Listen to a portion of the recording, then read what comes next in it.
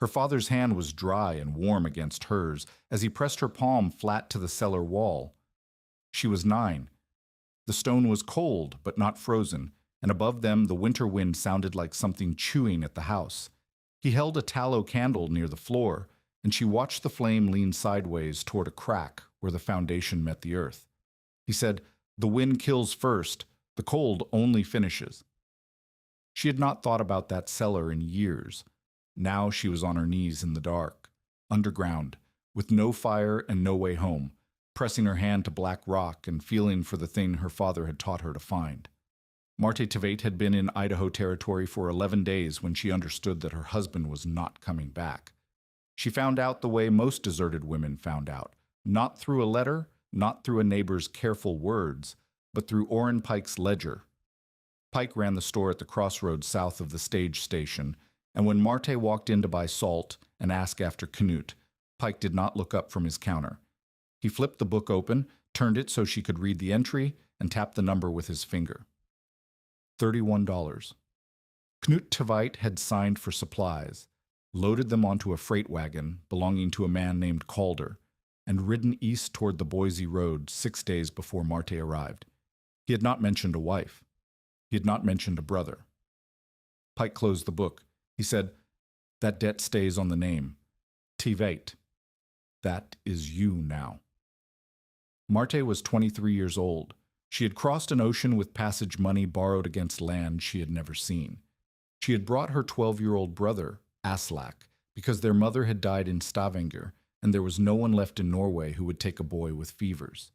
She had married Knut Tveit in a courthouse in Salt Lake City because he said he had a claim and a cabin and enough work for 2. She had believed him because she needed to believe something, and because he had steady hands and did not drink before noon. The claim was real. 160 acres near the northern edge of the lava fields where Goodale's cutoff bent away from the black rock and the sage flats stretched toward mountains she could not name.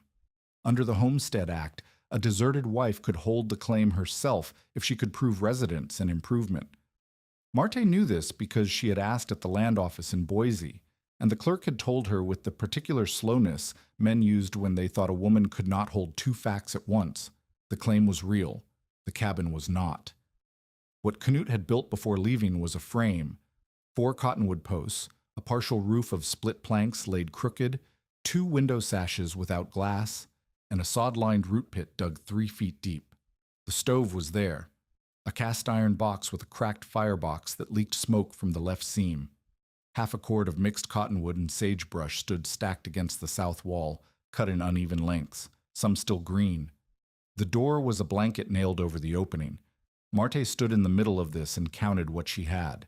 $9.40 in coin, a flour sack with 18 pounds remaining, a medicine bottle with quinine for Aslak's fevers, a wool blanket, 2 cotton shifts, 1 pair of boots that had been resoled in Salt Lake, a hand axe with a loose head, seed grain in a canvas bag, useless until spring, and a brother sitting on the root pit's edge, shivering, his face the color of old tallow. $6 of her 9 were already owed to Pike. She could not leave. The claim was the only asset attached to her name.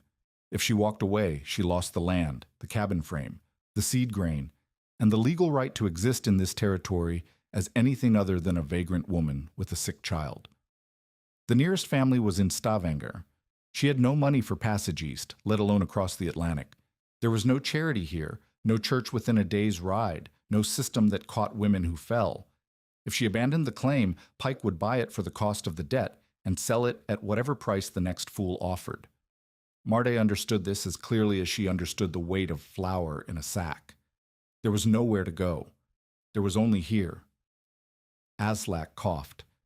The sound was wet and deep, the kind that came from his chest when fever was building. Marte put her hand on his forehead. Hot. Not the worst she had felt, but climbing. She had quinine. She had 18 pounds of flour. She had $3.40 after Pike's debt. And winter was coming to a place where the road could close for weeks, and the nearest dependable help was miles through lava rock that swallowed landmarks like water swallowing stones. Amos Pritchard arrived on the third day. He came on a bay mare with a stage company brand, a man of 58 years with a face that looked carved from the same basalt that covered the flats. Pritchard ran the stage station 9 miles north. He had been a wagon boss on the Oregon Road, a freight hauler through the Blue Mountains, and a man who had buried enough dead travelers to count them the way other men counted cattle. He did not introduce himself. He tied the mare to a cottonwood post, looked at the cabin frame, and began walking the property. Marte watched him from the doorway. Aslak was sleeping behind her, wrapped in the wool blanket and both cotton shifts. Pritchard tapped the corner post with his knuckle. The sound was flat. He looked at the roof planks and pressed one with his thumb until it flexed. He walked to the woodpile, kicked a piece free, picked it up, and weighed it in his hand. He tossed it back. Then he looked at the sky, long, slow, the way a man reads a page he has seen before. He came back to Marte and spoke without sitting down. "You have a roof that leaks sideways," he said. "That stove eats fuel through the crack faster than a sound one burns it proper.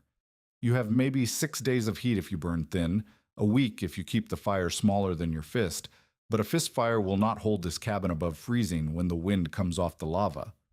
Marte said, "How much wood do I need?" Pritchard looked at the pile again. 6 cords minimum if you patch that stove and plug every crack. 8 to be safe. You have less than half a cord, and most of it is green cottonwood that will smoke worse than it burns. Where do I get wood? You cut it. There is juniper in the draws north of here, but the draws are 3 miles each way, and you would need a mule and a wagon, which you do not have. You could burn sagebrush, which you have, but sage burns fast and hot and leaves nothing. You would feed that stove every hour, day and night, and still run out before January. He was not cruel. He was accurate. Marte could hear the difference. "The road closes when?" she asked. "First real storm. Could be 3 weeks. Could be tomorrow. Once white covers black, there is no road. The lava breaks landmarks apart. I have seen men walk half a mile from the cutoff and never find it again." Marte said nothing for a moment. Then she asked, "What do you think I should do?" Pritchard looked at her the way men looked at a horse with a broken leg, not without sympathy, but with the hard knowledge of what comes next. "I think you should take your brother to the station and wait for a ride east. I think you should write the land off and start over in a place that has neighbors." "I cannot write it off. Pike holds my note." "Pike holds everyone's note. Pike will hold your land and sell it in the spring." "That is what I am afraid of." Pritchard mounted the mare. He paused. "The lava country does not care what you need," he said. "It does not negotiate. I have buried 4 people who thought they could outwork this place, and 3 of them were stronger than you." He rode north without looking back. Tucker, Marte did not sleep that night. She sat beside the stove and fed it sagebrush in fistfuls, each handful lasting 20 minutes before the firebox went dark. Aslak's fever had dropped with the quinine, but not broken. He muttered in Norwegian, words she recognized from their mother's house. Water, bread, the name of a dog that had been dead 3 years. She counted.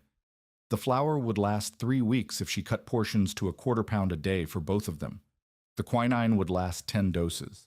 The sagebrush within walking distance would last maybe 2 weeks of constant burning. After that, she would need wood, which required a mule she did not own, a wagon she could not drive alone, and time she was already losing. The math was simple. Winter would arrive. The stove would go cold. The cabin frame would hold nothing, not heat, not wind, not snow. And Aslak, who could not walk a mile without stopping to breathe, would die in a blanket on a dirt floor while Pike's ledger recorded the debt as settled by abandonment. She would not let that happen. She did not yet know what she would do instead, but she knew the shape of what she refused. She refused to become a line in Pike's book. 4 days later, the first real cold arrived. It came without warning, the way Pritchard had described, a wall of gray air sliding south across the flats like a door being pulled shut. The temperature dropped between noon and sunset. By the time Marte dragged her last armload of sage into the cabin, she could see her breath indoors. The stove crack wheezed smoke into the room. Aslak's cough came back. deeper now, rattling in his ribs like a stone in a tin cup. That morning, Randy Lund had sent word through a stagehand that the station had quinine and flour for sale. Randy was 36, a Norwegian homesteader's wife who lived 4 miles west with her husband and 4 children. She was practical, generous in small doses, and possessed of the particular skepticism that came from raising children in a place that punished optimism. Randy had visited Marte once, looked at the cabin frame, and said, "Your husband left you a grave with a door." Marte had not argued. Now Randy's message was simple. Quinine at the station, flour at 2 cents above the store price, and the storm would make the road impassable within 2 days. If Marte needed supplies, she should come now. Marte looked at Aslak. His skin was dry paper over sharp bone. His fever was climbing again, and she had 3 doses of quinine left. She could not carry him 8 miles. She could not leave him alone overnight. She had no neighbor who would sit with a sick boy while a woman they barely knew walked into weather. She went anyway. She left Aslak with water, flour paste, the wool blanket, and the stove packed tight with the driest sage she had. She told him to keep the fire alive and not leave the cabin. He nodded. His eyes were too bright and his understanding was uncertain, but he nodded, and she kissed his forehead and felt the heat of him like a stove lid. The walk to the station took 4 hours. The wagon track was a pair of ruts through sage and broken basalt, visible in dry weather and treacherous in any other condition. Marte followed the ruts by feel when the wind blew dust across the ground. She wore every piece of clothing she had and carried the medicine bottle inside her coat, against her ribs, because the cold would crack the glass if she kept it in her pocket. At the station, she bought quinine, 5 pounds of flour, lamp wicks, and a small twist of tea. She spent her last $3.40. When she turned to leave, the sky had gone white. Pritchard was in the station doorway. He looked at the sky and then at Marte and said, "Sleep in the tack room. Wait 3 days. Aslak is alone. Aslak is in the cabin. Aslak is 12 and burning with fever, and the stove holds 4 hours of sage." Pritchard shook his head. The gesture was not refusal. It was resignation. He had seen this before, the calculation a person makes when both choices lead to damage, and the only question is which damage they can survive. Randy Lunde was at the station with her own wagon, loading salt and candles. She watched Marte wrap the flour sack into her blanket roll and tie the medicine bottle inside her skirt pocket. Randy said, "You are brave," and her voice carried the particular weight that meant foolish. Marte said, "I'm 8 miles from my brother." She walked into the storm. The whiteout came within the first mile. One moment the ruts were visible, dark lines cut into pale dust. The next moment the world was milk. Snow did not fall so much as arrive from every direction, horizontal, swirling, filling the air until up and down and forward and back became the same white nothing. The wind hit from the north and did not stop. It drove snow into Marte's face, into her collar, into the gaps between her bootlaces. She kept walking because stopping was death. She followed the ruts by shuffling her boots along the packed earth, feeling for the edge where hard ground gave way to loose sage. When the ruts disappeared under snow, she followed the sage line, the bushes standing knee-high in rows that roughly paralleled the track. The mule found her, not her mule, she had none. A stray, half-starved animal that had wandered from someone's camp or been cut loose by a freighter who could not feed it. The mule appeared out of the white like a hallucination, standing broadside to the wind with its head down and its ribs showing through a coat matted with ice. It had a rope halter but no lead. Marte grabbed the halter. The mule did not resist. It walked beside her with the dull patience of an animal that had stopped caring where it went, and for 2 miles Marte used its body as a windbreak, tucking her shoulder against its flank and letting it take the worst of the gusts. Then the mule stepped onto hidden basalt, slipped on the ice-filmed rock, and went down. The sound of its leg breaking was a single clean snap, like a branch pulled past its limit. The animal screamed, a sound Marte would hear in her sleep for years, and thrashed once, then lay still, breathing in sharp bursts, its broken foreleg angled wrong beneath it. Marte had no pistol. She had no knife long enough to be merciful. She stood over the mule in the white wind and understood that she could do nothing for it except leave.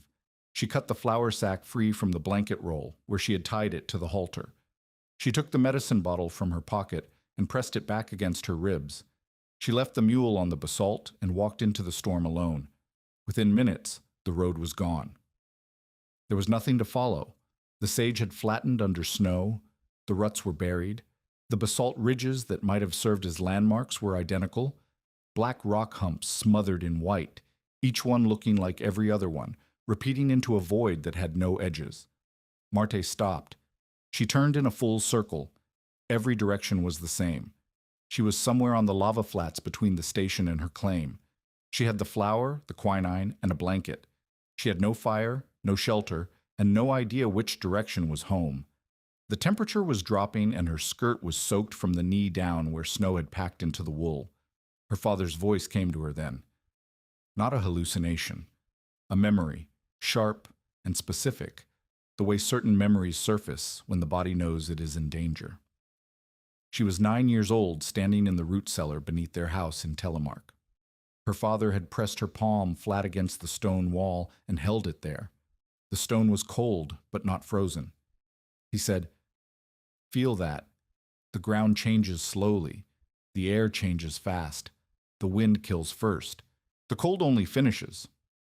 He had held a tallow candle low near the floor, and she watched the flame bend sideways toward a crack where the foundation met the earth.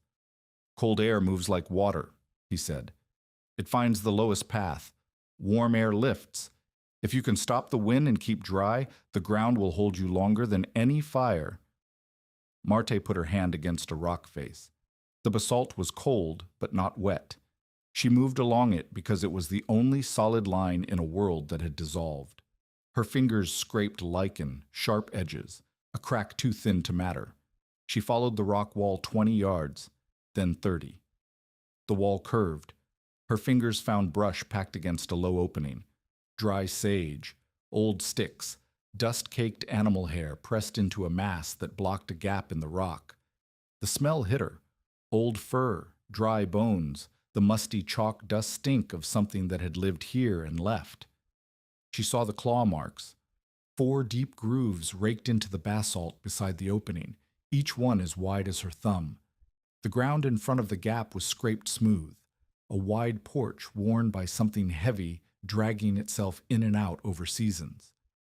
A bear den, abandoned from the age of the marks and the dust on the packed brush. But a bear den.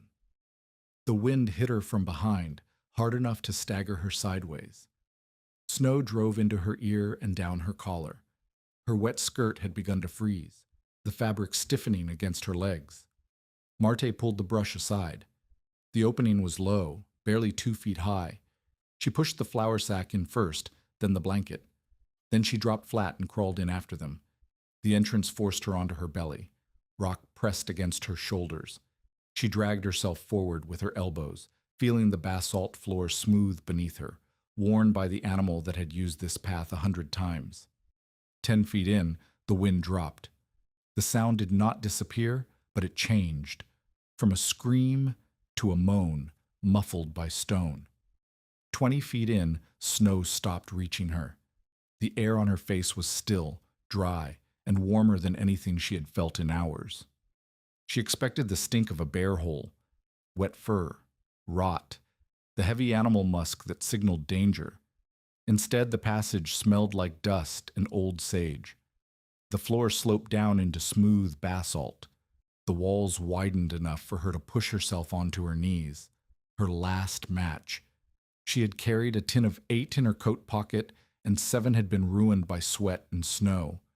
The 8th was dry because it had lodged in the tin's corner, protected by the bodies of the dead ones. She struck it against the basalt. The flame caught, small, yellow, steady, and it leaned inward, not flickering, not guttering.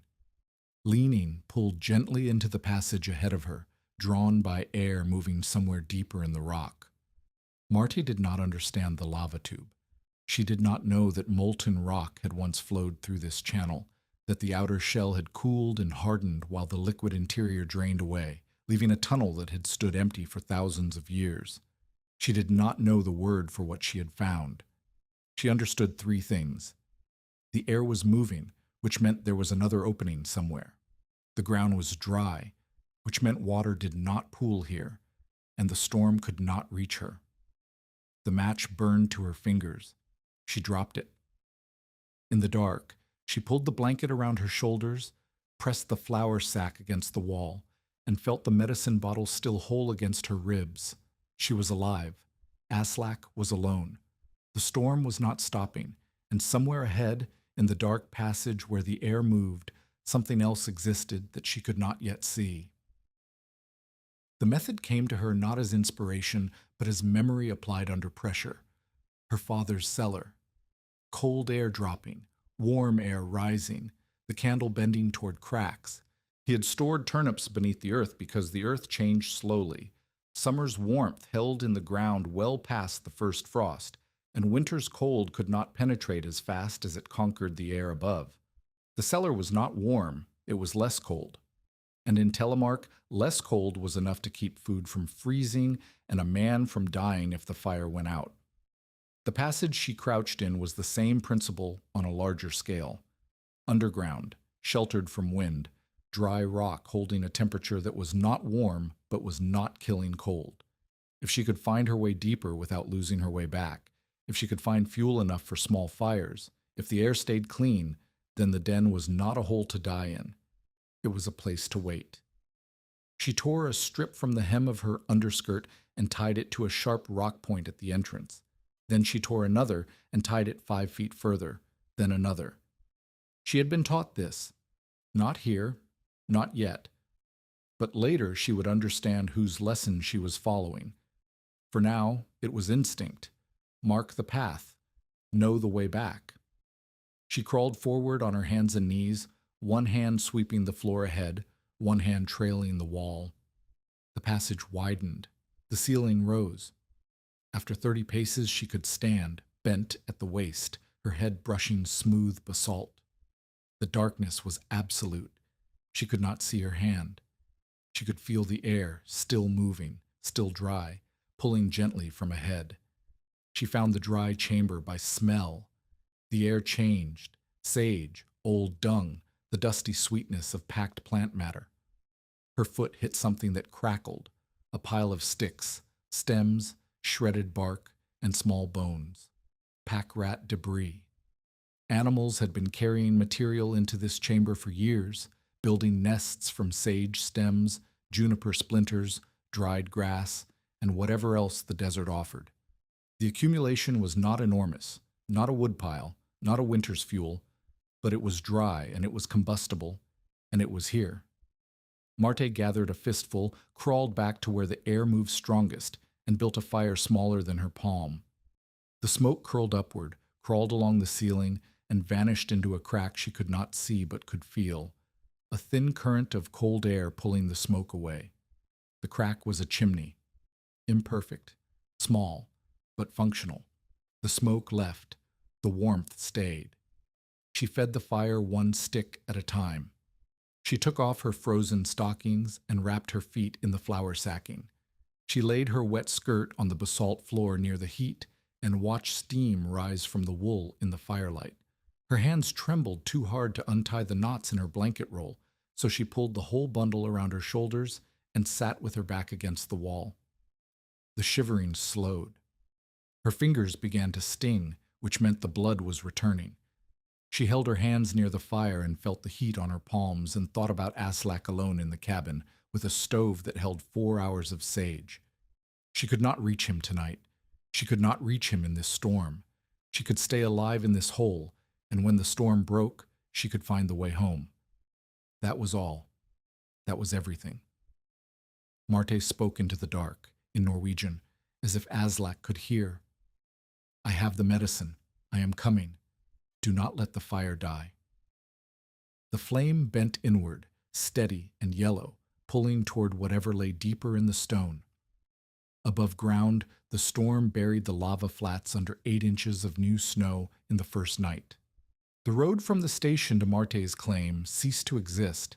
The sage humps and basalt ridges that served as markers became white mounds, identical, endless, navigable only by someone who had memorized the ground in dry weather and could count their steps between landmarks.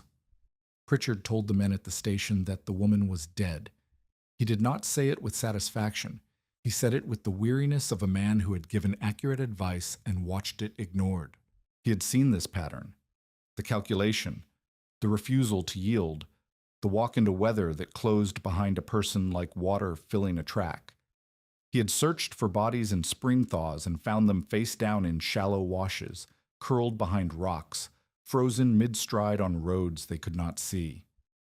He did not search for Marte because the storm was still building, because he would not risk men for a woman who had walked into a whiteout by choice, and because his experience told him the ending was already written. Orrin Pike heard the news and responded with precision. He sat in his store, opened his ledger to the TVATE page, and drew a line beneath the $31 debt. He did not write deceased because the body had not been found. He wrote claim pending. He told the 2 men warming themselves by his stove that he would settle the matter when the thaw came. He framed it as mercy, one less burden on the settlement, one less unworked claim drawing bad luck. When the snow melts, I will close her note and spare the boy the county, Pike said. He said it loudly enough for Randy Lund to hear. Randy had come to the store for lamp oil and was standing near the door with her collar pulled up against the draft. Randy looked at Pike and did not speak for a long moment. Then she said, "You talk about her land the way a man talks about a horse he means to buy cheap." Pike smiled. "I talk about debt the way a man talks about debt. She owed me. Her husband owed me. Someone pays or I take the collateral. That is not cruelty. That is how settlements work." Randy left without buying the lamp oil. She tried to reach Marte's claim the next morning. She drove her wagon a mile past her own property line before the drifts stopped the team. She stood on the wagon seat and looked east toward the lava edge, where Marte's cabin frame stood somewhere under snow, and she saw nothing but white. She turned back. The guilt sat in her chest like a stone she had swallowed. At her own cabin, Randy told her husband that Marte Tveit might still be alive. He asked how. Randy said she did not know how. She said Marte was the kind of woman who asked questions instead of accepting answers, and sometimes that was enough to find a door where other people saw a wall. Her husband said that doors in blizzards usually opened onto more snow. Randy did not argue. She put the children to bed and sat by her own stove and thought about a 23-year-old woman alone in the dark somewhere between the station and a cabin that was not a cabin, carrying quinine for a boy who was probably calling for her in his fever. Inside the lava tube, Marty began to build. Not with plans, not with confidence. With the only thing she had left, which was the willingness to move her hands in the dark and learn from what they touched. She started at the entrance. The bear den's mouth was low and wide enough to let wind drive snow 10 feet into the passage. Her first night, she had blocked this with her body and blanket. Her second morning, she understood that was not sustainable. She dragged flat basalt slabs from a nearby collapse, pieces no bigger than a breadboard, broken from the tube's ceiling by centuries of frost. She stacked them across the lower half of the opening, leaving a gap at the top barely a hand's width. Then she packed brush and old sage into the gaps between the stones. The result was ugly, uneven, and imperfect. But the wind, which had been cutting straight through, now broke against the wall and swirled upward. The draft at floor level dropped to almost nothing. She remembered something, though she did not yet know whose lesson it was. Do not seal a shelter. Break the wind. Preserve the breath. Air must move, or the air itself becomes the danger. She left the hand-width gap at the top and felt the faint current of clean outside air sliding over the baffle and mixing with the warmer passage air below. The baffle cut the entrance cold by enough that her wet clothing dried overnight instead of freezing. That alone was worth every scraped knuckle. She explored deeper. On her second day, with no matches left and only the embers of her pack-rat fire to guide her, she lit a twist of sage bark and held it ahead of her as she crawled past the dry chamber into the passage beyond. The flame was her only language down here. She watched it the way a sailor watches water, for direction, for mood, for the invisible things it made visible. Where the flame leaned steady, the air moved, safe, breathable. Where it guttered and shrank, cold air pooled in low pockets, dead zones where bad air might collect. She avoided these. Where it fattened and turned orange before dimming, something in the air was wrong, not enough to kill, but enough to warn. She backed away from those places and marked them with crossed stones placed on the floor. 40 paces past the dry chamber, she found a ceiling crack that pulled smoke upward with enough force to clear the passage in seconds. This was her chimney. She built her fire beneath it, never larger than 2 fists together, never more fuel than she could afford to lose. The smoke rose, hit the crack, and vanished. The heat radiated into the basalt floor and walls, and the rock held it longer than air ever could. On the 3rd day, she found the upper collapse, a section where the tube ceiling had caved, letting in a shaft of gray light filtered through packed snow. Marte stared up at the light and felt her chest tighten with the first thing she could call hope. An exit. A second way out. But the snow was packed 5 feet deep in the shaft. She could not dig through it with bare hands. Not yet. Not from below.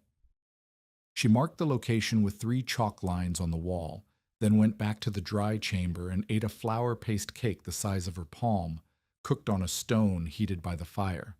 She chewed slowly. She drank snowmelt from her tin cup.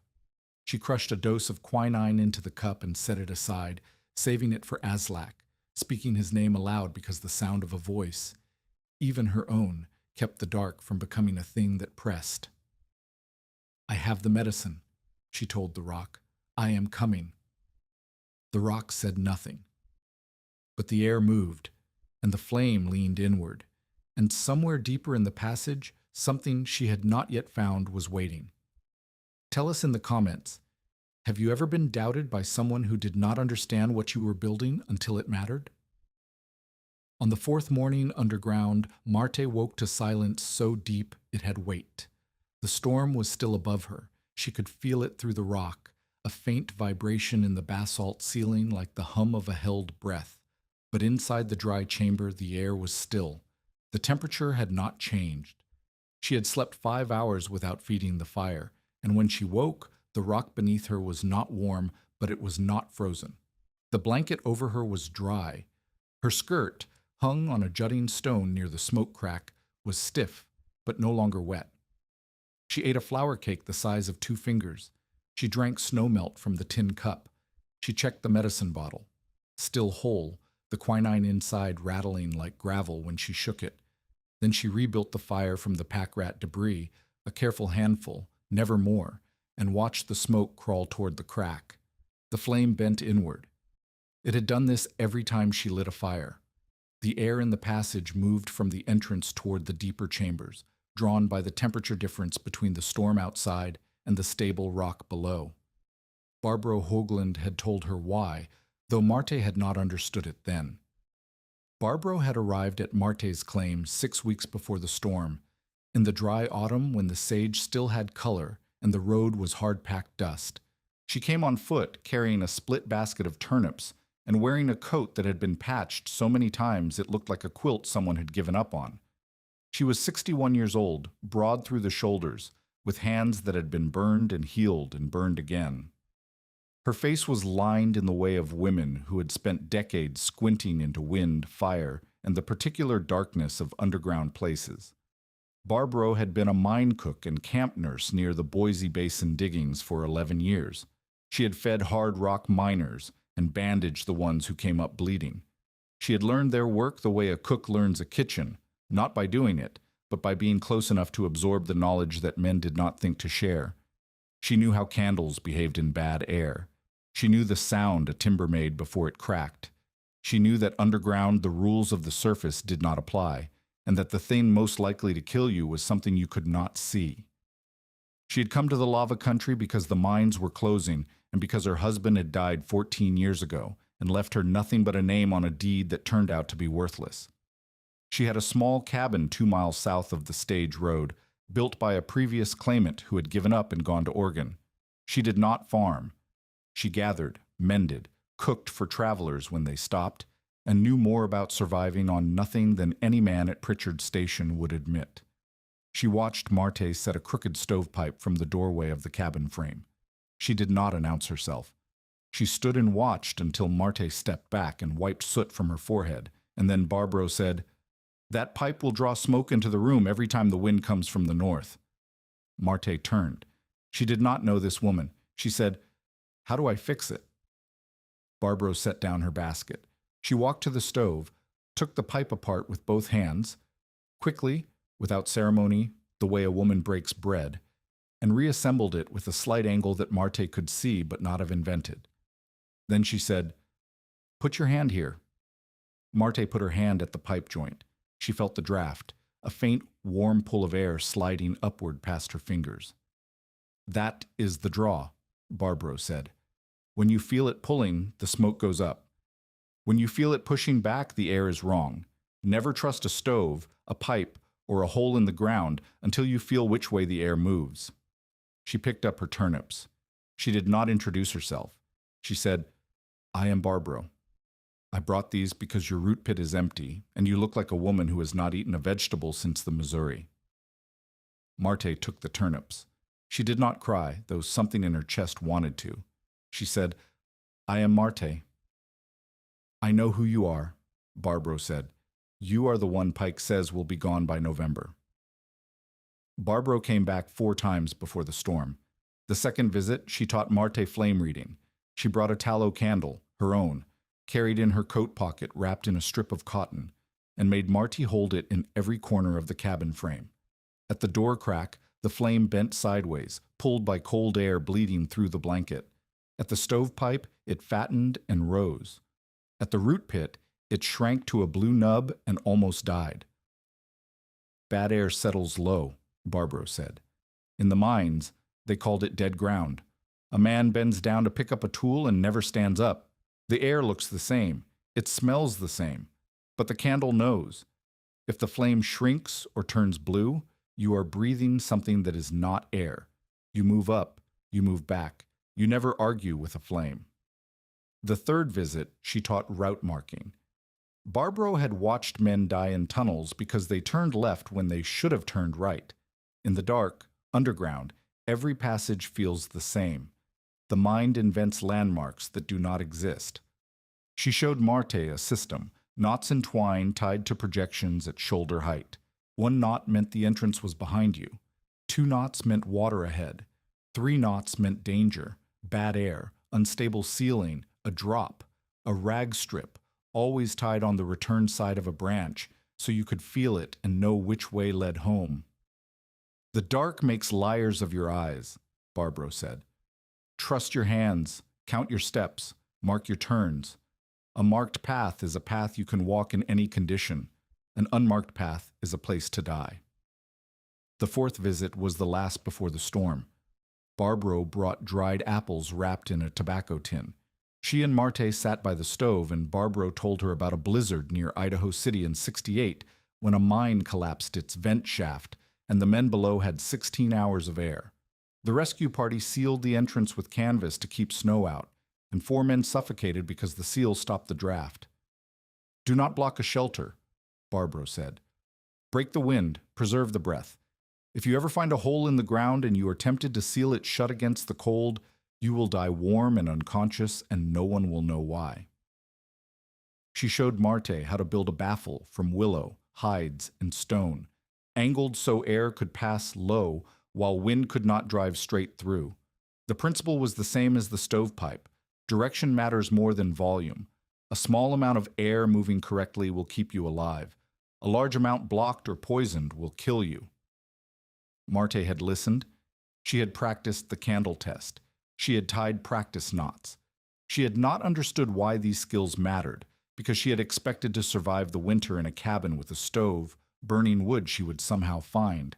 Now, on the 4th morning inside a lava tube she had entered by accident, every lesson Barbro had given her was the difference between living and dying. The intercut rhythm began.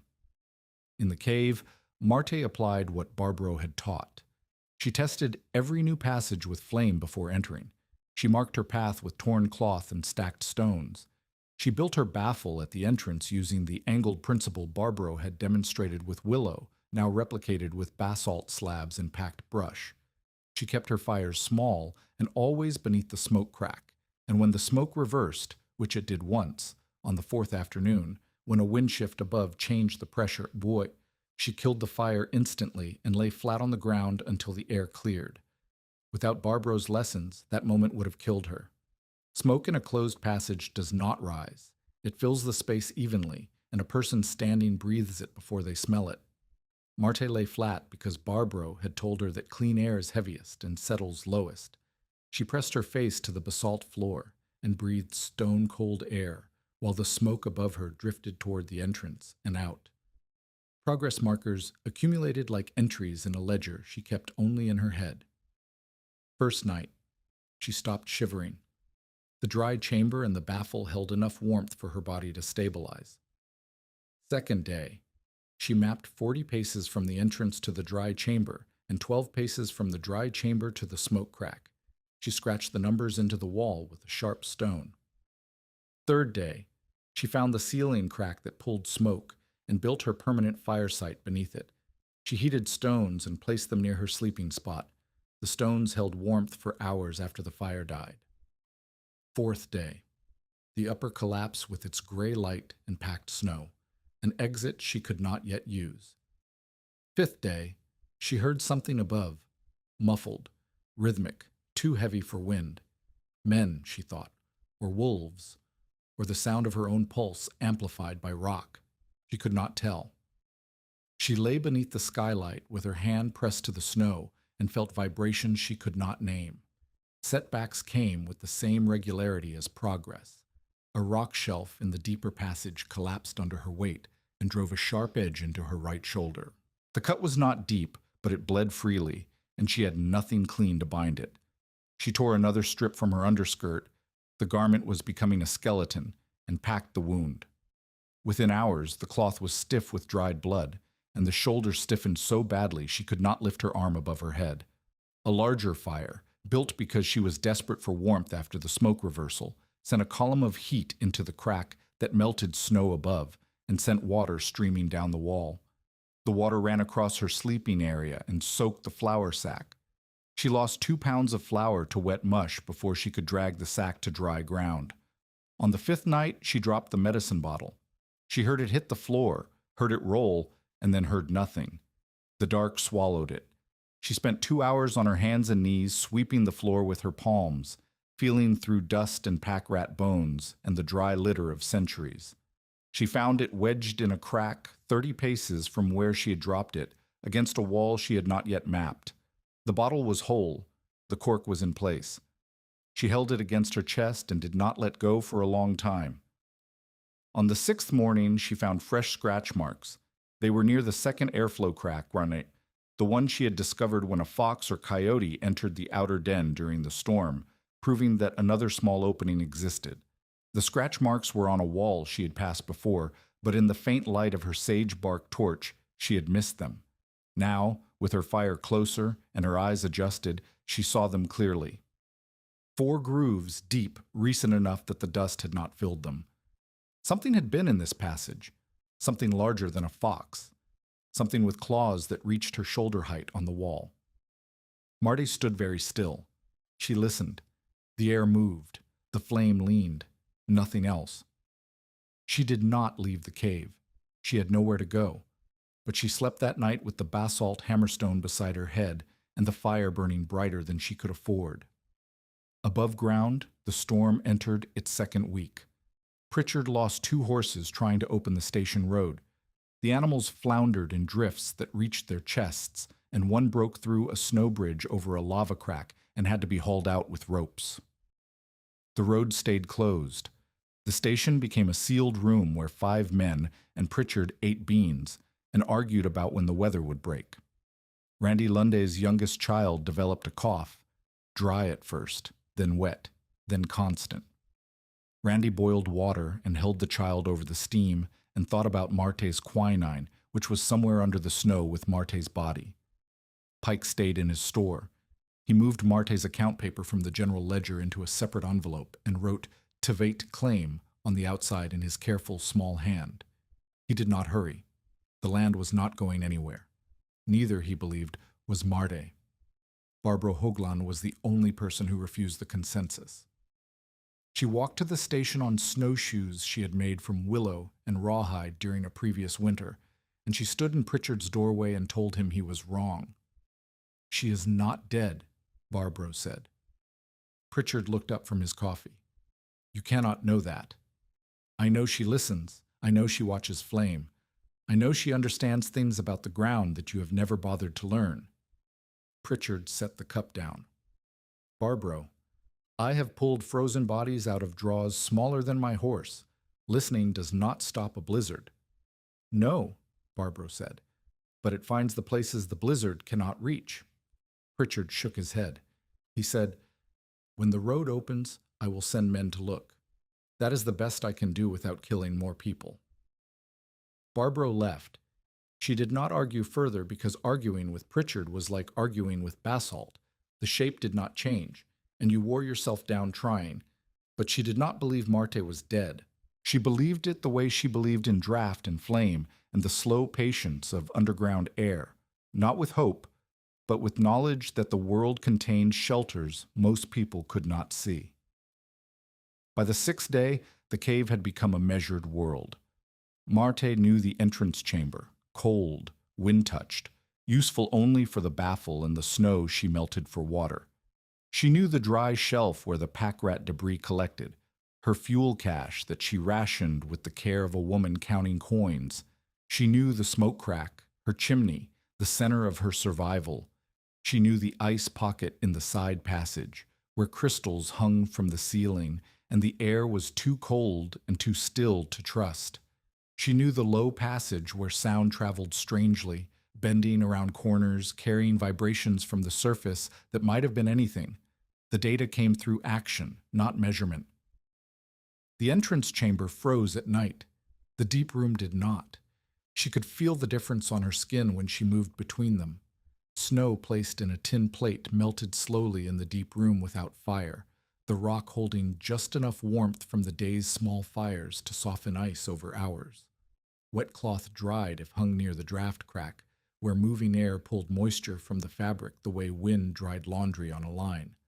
Her lamp, a rag soaked in rendered pack-rat grease, foul-smelling and dim, burned cleaner in the deep chamber than near the den mouth. Better air below, worse air where the storm leaked in. She had become a student of the tube without intending to. Each observation was a lesson Barbro had seeded and the cave had completed.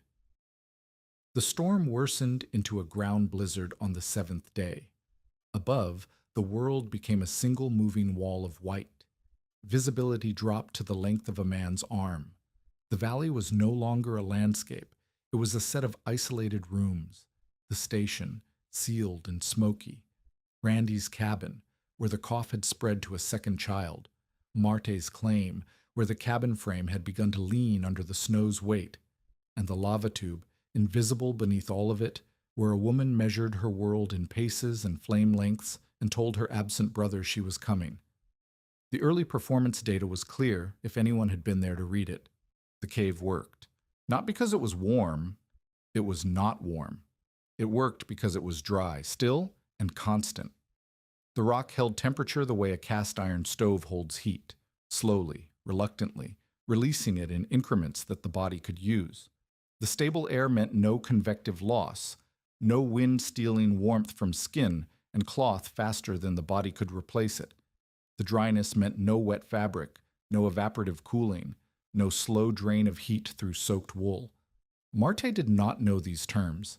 She knew that she was alive on day 7 when she should have been dead on day 1, and that the cave had done what the cabin never could. But Aslak was still alone, and she had found no way out. The crisis began on the 8th day, and it began with hope. Marte was exploring the deeper passage, the one beyond the dry chamber, past the smoke crack, into territory she had only crawled through once. She moved slowly, her sage torch held ahead. her free hand trailing the wall. The passage was wide enough to stand in here, and the ceiling rose to twice her height. The basalt walls were smooth, rippled in patterns that looked like frozen water. The passage bent left, then right, then it split. One branch carried colder air, a biting current that made her torch gutter. She marked it with crossed stones and moved past. The other branch carried something else, a faint smell, thin and sharp, that she could not place at first. Then she could. Sage smoke. Not her smoke. Someone else's fire, filtering through rock from the surface above. She followed the sage branch. The passage narrowed, widened, climbed over a rubble pile, and then opened into a chamber where the ceiling had partially collapsed. A shaft of gray light filtered through packed snow and broken rock. The air here smelled like the world, cold, wet, organic, alive with the scent of sage and earth and wind. She was close to the surface. She was close to home. And then she saw the scarf, red wool snagged on a jagged edge of basalt, where the chamber narrowed toward a secondary skylight. The yarn was frayed where it had caught. The color was unmistakable. Marte had knitted it herself from yarn bought in Salt Lake, a scarf for Aslak, too long for a boy his size, which he wore wrapped twice around his neck and tucked into his coat. Aslak had left the cabin. Aslak had come looking for her, and Aslak had found, or fallen into, the lava tube. The fear that hit Marte was not the cold, slow fear of the previous 7 days. It was a spike through her chest, sharp and immediate. She called his name. The rock swallowed the sound. She called again, louder, her voice cracking against the walls. And from somewhere ahead, thin as thread, filtered through stone and snow, coughing, not strong coughing, not the wet bark of a fighting body, a small, dry, rhythmic sound, like a hand tapping weakly on a door. He was alive. He was close, and she could not reach him. The passage between Marte and the coughing was blocked by a collapse of basalt, rubble, and packed snow. The secondary skylight above had partially caved, filling the tube with debris. She could hear him through the gaps, but the gaps were too small for her body. She pushed her arm through one and felt cold air, loose snow, and nothing else. She needed a hammer. She needed a lever. She had nothing in this passage. The hammerstone she had kept by her sleeping spot was back in the dry chamber, 40 paces behind her and one turn deeper. Marte made the calculation in the dark. Go back. Get the stone. Come back. Hope the passage was still passable. Hope the collapse did not shift while she was gone. Hope Aslak kept coughing, because the coughing meant breathing, and breathing meant alive. She ran. She had not run in the tube before. The floor was uneven, the ceiling unpredictable, and running in the dark was an invitation to break an ankle or crack a skull. She ran anyway. Her torch was almost dead. She held it in her teeth and used both hands on the walls, pushing off, guiding herself by touch and memory and the knot marks she had tied at every turn. She reached the dry chamber. She grabbed the hammerstone. She grabbed the last of her pack rat fuel, a double handful of sage stems and juniper splinters. She turned back. The return took longer. She was carrying weight. Her shoulder screamed where the rock shelf had cut her. The torch died in the passage, and she covered the last 20 paces in absolute dark, counting steps, feeling for the rag strips, turning where the knots told her to turn. She reached the collapse. She lit the sage stems from the embers she had carried in a tin cup, a trick Barbro had taught her: carry fire in a vessel, never trust a match. In the flickering light, the collapse looked worse than it had felt. Basalt blocks the size of flour barrels, packed with snow and gravel, sealed the passage from floor to ceiling, but the gaps were there, too small for a body, large enough for sound. She could hear Aslak breathing. "Aslak," she said. Her voice was steady. She made it steady. "It is Marte. I'm on the other side. Can you hear me?" A pause. Then, thin and confused. "Marte? Do not move. Stay where you are. I'm coming through." She hit the first block with the hammerstone. The impact rang through the passage, a sound like a bell made of stone. Dust fell from the ceiling. Snow shifted. The block did not move. She hit it again. Again. The third strike cracked a piece free, the size of her hand, and it fell inward toward Aslak's side. She heard him flinch. "Stay back from the wall," she said. "Stay low. Breathe slow." The breathing rhythm. Barbro's rhythm. Breathe low. Breathe slow. In the mines, when the air was thin and the men were afraid, the ones who breathed slow survived longer than the ones who gasped. Panic spends air like a fire spends fuel. Marte worked. She struck the collapse at its weakest points, the edges where block met block, where snow filled gaps rather than stone. Each strike loosened debris. Each loosened piece revealed more of the structure. The collapse was not solid. It was a puzzle of interlocking fragments held in place by compression and gravity. Remove the right piece, and others would follow. The wrong piece, and the ceiling would come down. She chose carefully. She worked by feel as much as sight, reading the blocks the way Barbro read timbers, pressing before striking, testing whether the stone was bearing weight from above or just resting. She removed a piece, waited, listened for the ceiling, removed another. It took 2 hours. The sage fuel burned out.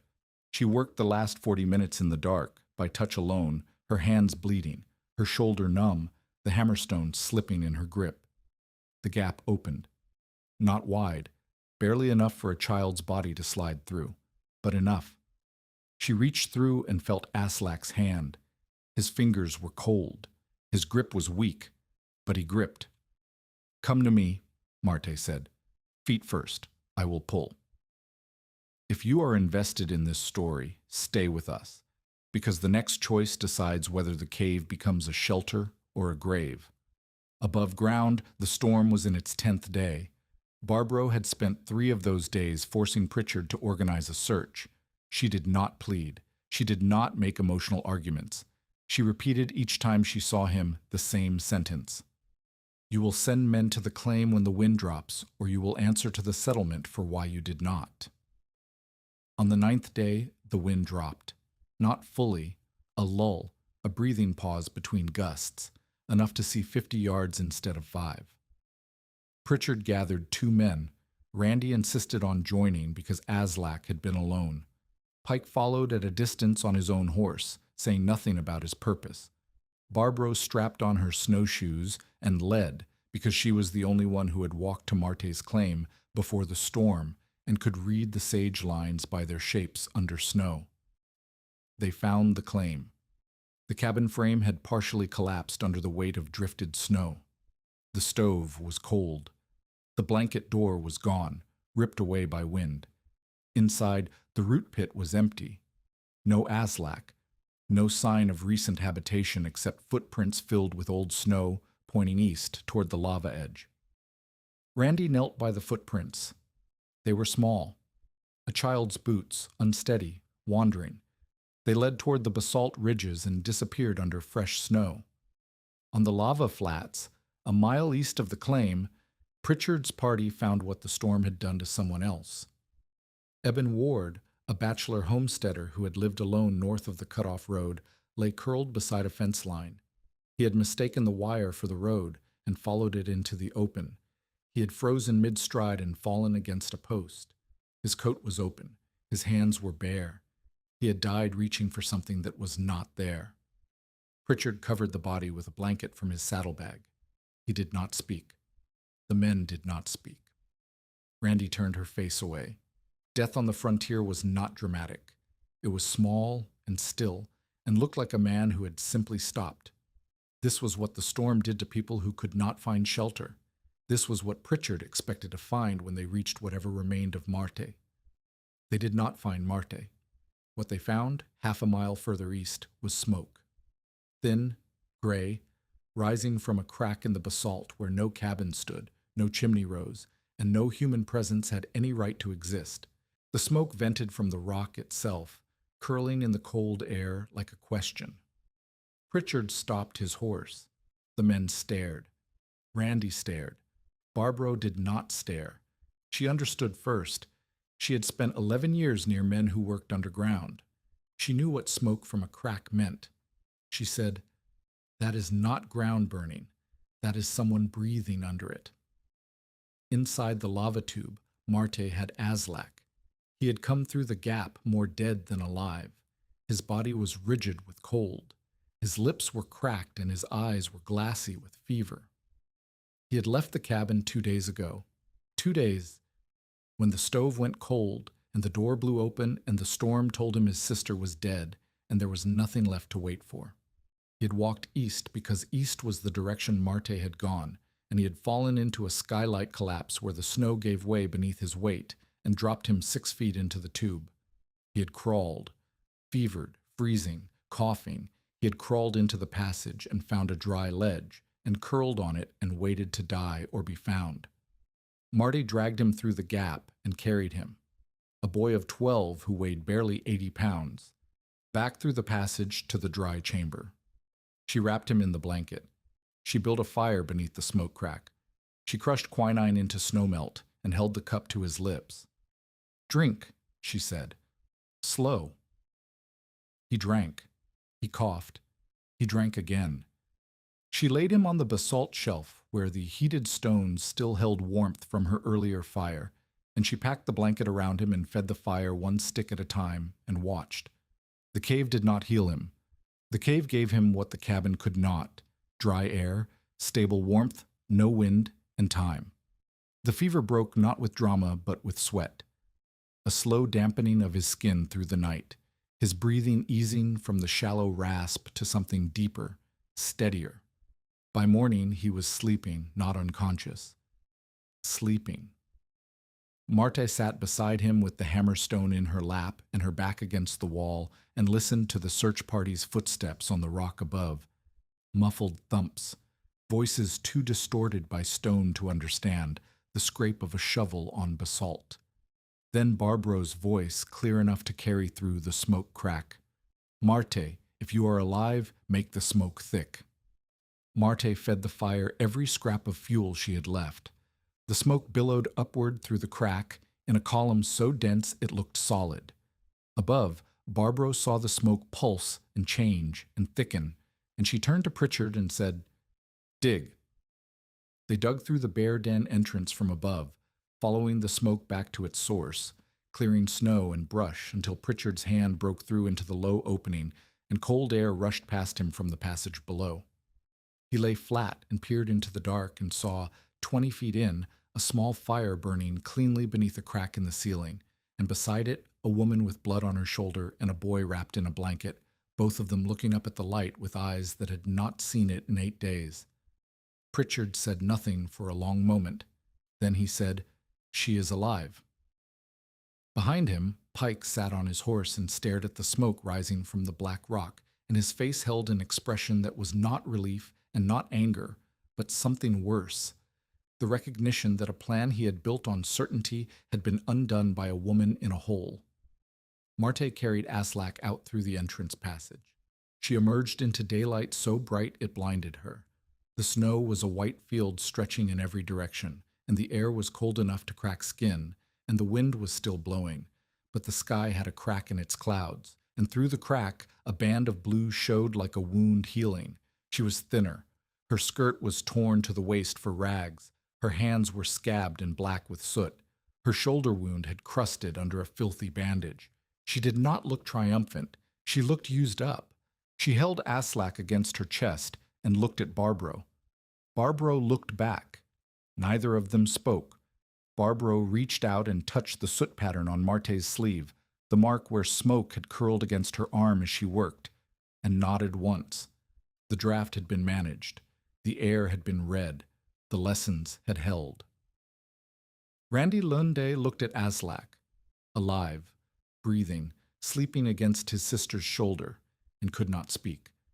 She turned away and pressed her hand to her mouth and stood in the snow with her back to everyone, and the sound she made was not crying. It was the sound a person makes when they have been carrying a weight they did not know they were carrying, and it drops. The storm was not over.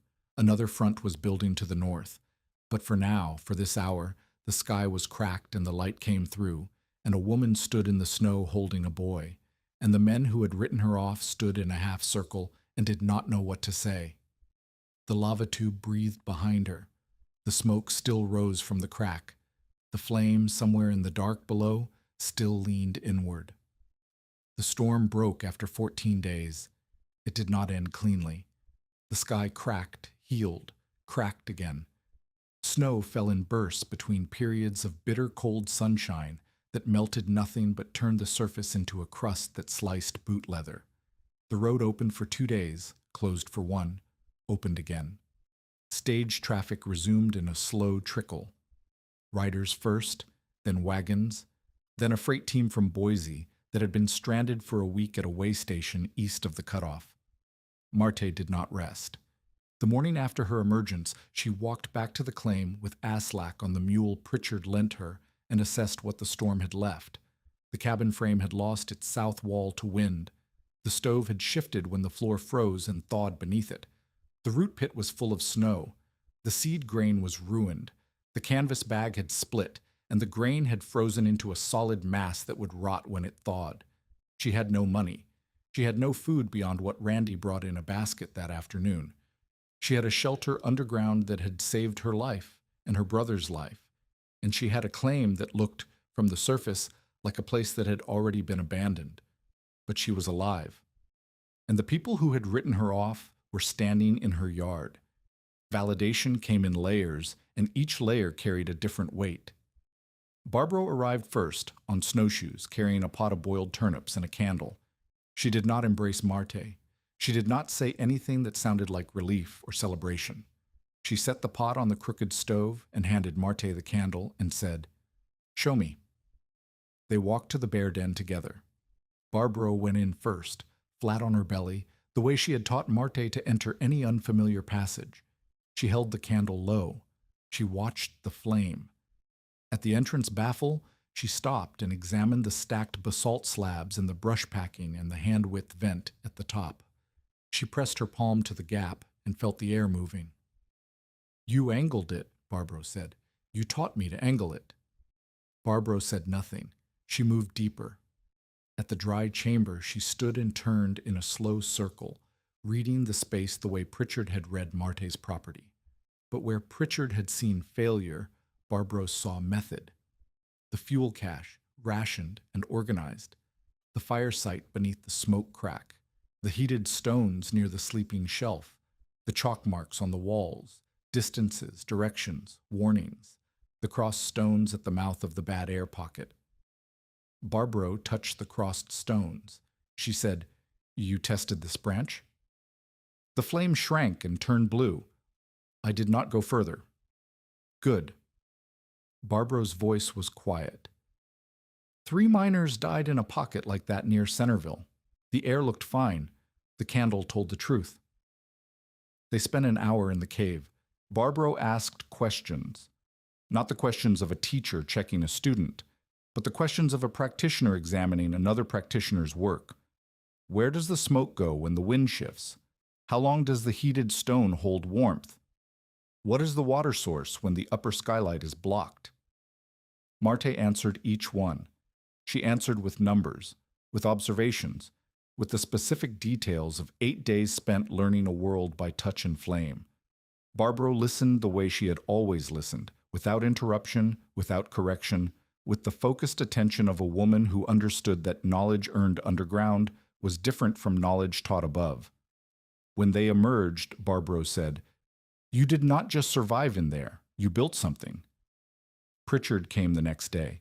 He arrived on foot, which was unusual for a man who measured the world from horseback. He tied nothing to the cottonwood post because he had brought nothing. He stood at the bear den entrance and looked at it for a long time. "I want to see it," he said. Marte led him in. The passage was difficult for Pritchard. He was broad-shouldered and stiff in the back, and the entrance crawl made him grunt with discomfort. But he followed. In the dry chamber, he stood where Barbaro had stood and looked at the same marks, the same fire site, the same organized fuel cache. He did not ask the questions Barbaro had asked. His questions were different, a freight man's questions, a man who thought in terms of loads and routes, and the logistics of moving people through dangerous terrain. How many could sleep here? How far does the passage extend? Could a wagon team shelter in the entrance chamber if the opening were widened? Marte answered what she knew and said plainly what she did not. Pritchard examined the baffle. He tested the draft with his hand. He held the candle flame near the floor and watched it bend. Then he straightened and looked at Marte with an expression she had not seen on his face before. Not warmth, not apology, recognition. "I was right about the road," he said. "The road will kill you in a whiteout. I have buried men who prove that." "You were right about the road," Marte said. "I was wrong about you." Marte said, "You were wrong about the ground." Pritchard nodded. The nod was small, a single dip of the chin, but it carried the weight of a man revising a certainty he had held for 30 years. The ground was dangerous. He had always known that. The ground was also shelter. He had never considered it. He asked Marte to help mark the cave for future emergencies. He said it plainly, without preamble, the way he gave orders to stagehands. Marte agreed, but she set a condition. The cave stayed open to everyone. No fees, no controlled access, no one person deciding who could enter. Pritchard said, "Agreed." He did not hesitate because the condition had not occurred to him as a question. Of course it was open. It was a storm shelter, not a business. He did not yet understand that someone else saw it differently. Randy Lund came on the third day after the storm broke. She brought cloth, candles, flour, and a jar of rendered lard. She also brought her oldest daughter, a girl of 14 named Eli, who had her mother's practical face and her mother's skepticism, but who looked at the bear den entrance with an expression closer to wonder than doubt. Randy's conversion was not a speech, it was labor. She stood in the dry chamber and looked at the sleeping shelf where Aslak had lain while his fever broke, and she looked at the chalk marks and the fire site and the strips of Marte's underskirt tied to every turn, and she said, "Tell me where to stack the wood." That was her apology. Not words about being wrong, not an explanation of why she had turned back at the first drift instead of pushing through. Work. She would carry wood. She would carry candles. She would carry whatever Marte said to carry, and she would stack it where Marte said to stack it, and that was how Randy Lunde said she was sorry. Marte accepted it without ceremony. She showed Randy the fuel cache and the draft pattern and the bad air pocket. She made Randy hold the candle low and watch it bend. Randy's daughter Eli held the candle steadier than her mother, and when the flame guttered near the ice pocket, Eli stepped back without being told. Marte noticed. She would remember. The measurable results spread through the settlement the way water spreads through cracks, slowly, following the paths of least resistance, reaching people who had not asked for the information but could not ignore it once it arrived. Marte's lamp oil had lasted nearly 2 weeks because she burned only when moving, never for comfort, never for the illusion of daylight. The pack rat fuel cache, sage stems, juniper splinters, dried grass, animal debris, had been enough because she used fire for drying cloth and melting snow, not for heating the chamber. The rock held temperature. The fire's job was narrow and specific. The deep chamber had stayed above freezing while cabins on the surface ran out of wood.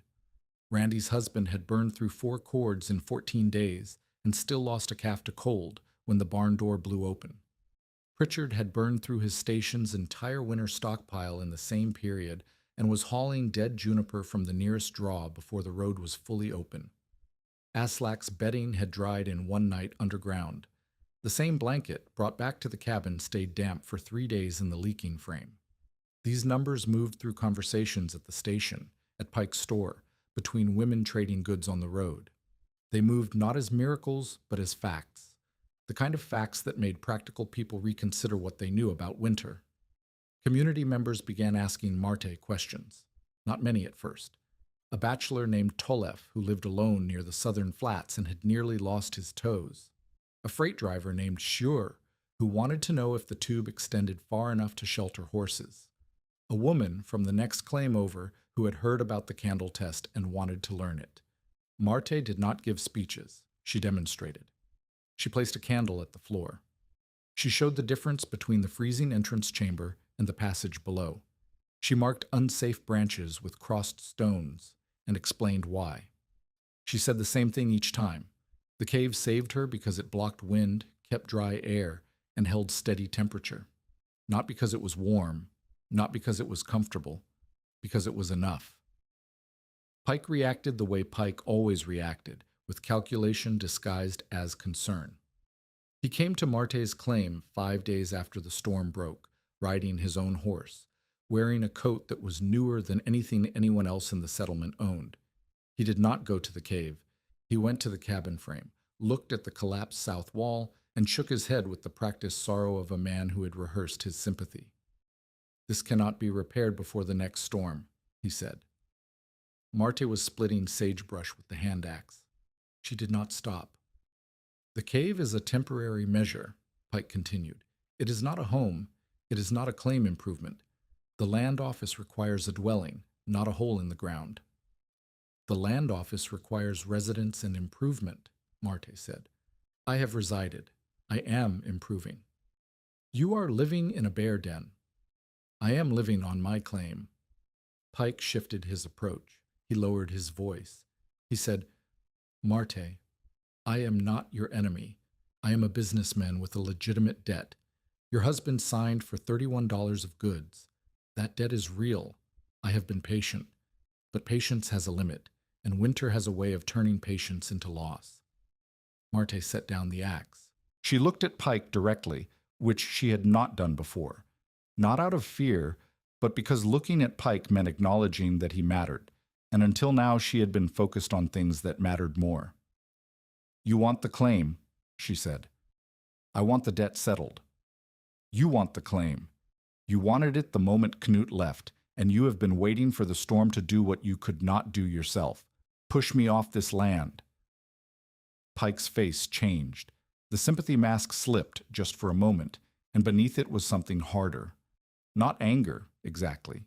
Impatience. The impatience of a man who had calculated an outcome and found reality uncooperative. "The cave is dangerous," he said. "The settlement cannot afford a liability. If someone enters that cave on your invitation and dies, bad air, a collapse, a fall, the claim holder is responsible." "No one has died in the cave," Marte said. "A man died beside a fence line because he had no shelter. Perhaps the settlement should discuss that liability instead." Pike left. He did not slam anything or raise his voice. He rode away at the same measured pace he had arrived, and his back was straight, and his calculation was already shifting to the next approach. He would find a way.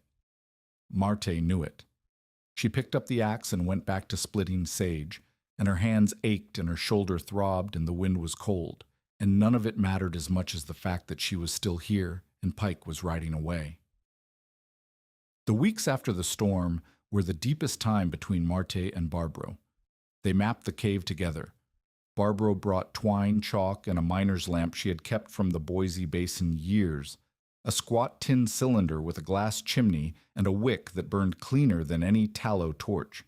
They entered the tube systematically, marking every branch, every chamber, every change in air quality. Barbro taught Marte to avoid low pockets, depressions in the passage floor where heavy, oxygen-poor air could collect. She taught her to leave charcoal marks at eye height, not at floor level, because a person crawling in smoke would not see the floor. She taught her to store tinder off the ground on stone ledges, because moisture wicked up from below even in the driest caves. She taught her to build a stone lip along the sleeping shelf that prevented snowmelt runoff from soaking the bedding. Each lesson was specific. Each lesson came from a death Barbro had seen or a mistake she had watched a miner make. The knowledge was not theoretical. It was carved from consequence. They disagreed once, and the disagreement mattered. Barbro wanted to seal the secondary skylight, the one Aslak had fallen through, with a permanent cap of stones and timber. She said an open skylight was an invitation for snow, water, and children. Marte refused. She said the skylight was a second exit, and a shelter with one exit was a trap. She said Barbro's own story about the Idaho City mine proved it. The men had died because the rescue party sealed the only opening. Barbro was quiet for a long time. Then she said, "You're right, but mark it. Build a rail around it. Make it a door, not a hole." They compromised. They built a low cairn around the skylight visible from the surface, and a stone rail beneath it inside the tube. The skylight stayed open. The markers kept people from falling in. The disagreement changed the relationship. Before it, Barbara was the teacher and Marte the student. After it, they were two women with different knowledge solving the same problem. Barbara had underground experience. Marte had survival instinct. Where they overlapped, the solution was stronger than either could build alone. They spent 3 weeks mapping. They identified 3 usable entrances: the bear den, the snow throat that Marte had partially dug open during the crisis, and the upper skylight. They laid a knotted guide rope through the first dangerous split in the passage. They marked bad air pockets with blackened stones and drew a line on the wall that meant, "Do not cross without a clean flame." They stored sealed tins of matches, lamp wicks, dried apples, and flour cakes in the driest chamber. They created a smoke shelf, a flat stone angled beneath the chimney crack where a small fire could heat stones without filling the chamber. Each improvement was tested. Each test was observed. Barbro and Marte sat in the cave together on an afternoon when the wind above was strong enough to drive snow horizontal, and they watched the smoke rise cleanly, and the walls hold warmth and the air stay clear, and neither of them said what both of them felt, which was that they had built something that would outlast them. Peter Moen appeared during the 3rd week of the thaw. He was a freighter, a man who drove wagon teams between Boise and the settlements along the cut-off road. He was 30, quiet in the way of men who spent more time with horses than people, and he had been part of the group that recovered Eben Ward's body from the fence line. That task had marked him. He did not talk about it, but he volunteered for every piece of heavy work that followed: hauling timber, digging out collapsed roofs, clearing the road. He found Marte's claim because Pritchard sent him with a load of juniper posts for the cabin frame repair. Peter arrived, unloaded the posts, and stood looking at the bear den entrance for a long time. Then he asked if he could see the cave. Marte showed him. He moved through the passage with a freighter's eye, measuring widths, testing floor surfaces, noting where the ceiling dropped. He did not ask how she had survived. He asked how far the tube extended. He asked about the weight-bearing capacity of the entrance. He asked whether the cairns could be built tall enough to stand above moderate snowfall. These were practical questions. They were also the questions of a man who listened before he spoke, measured before he cut, and understood that Marte's knowledge was not decoration, but engineering. He came back the next day with rope and iron stakes. He did not ask permission. He began building cairns. Marte watched him work for an hour before she walked out and corrected the placement of his 3rd cairn. It was too close to the lava rim, she said. A person following cairns in a whiteout would walk off the edge. The line needed to curve inland before the last marker. Peter moved the cairn without argument. He moved it to exactly where she pointed. Then he looked at her and said, "Where does the next one go?" That was how it began. Not with courtship, not with compliments, not with the careful social performance that passed for romance in the settlement. With work. With the quiet recognition that two people solving the same problem did not need to explain themselves to each other. Spring arrived in fits. The road opened, closed, opened. The thaw revealed what the snow had hidden: dead livestock in draws, broken fences dragged flat by drifts. 2 more cabins collapsed beyond repair. The settlement was thinner. Families who had survived were not celebrating. They were counting what remained. Marte's cave method shifted from wonder to work. The wonder had lasted 2 weeks, the period when neighbors came to look, to hold candles, to marvel at the dry chamber. Now the work began, turning a discovered shelter into a reliable system that anyone could use. Then, in late spring, the thaw turned violent. 3 days of warm rain on deep snowpack sent meltwater through every crack and channel in the lava field. Streams appeared where no streams had been. Low ground flooded. The lava tubes, which had been dry refuges all winter, began to carry water through their lower passages. The flood was not catastrophic, not a wall of water, not a drowning, but it was enough to make the landscape unfamiliar. Paths that had been solid became streams, Rocks that had been landmarks disappeared under muddy runoff. The lava rim, where the basalt met the sage flats, became a maze of standing water and sinkholes. Randy Lunde's youngest child, a boy of 4 named Torbjörn, disappeared on the second day of the thaw. He had been chasing a goat that had broken its tether and run toward the lava rim. Randy's husband was in the field. Randy was boiling wash water. The older children were carrying wood. No one saw Torbjörn follow the goat past the sage line and onto the black rock.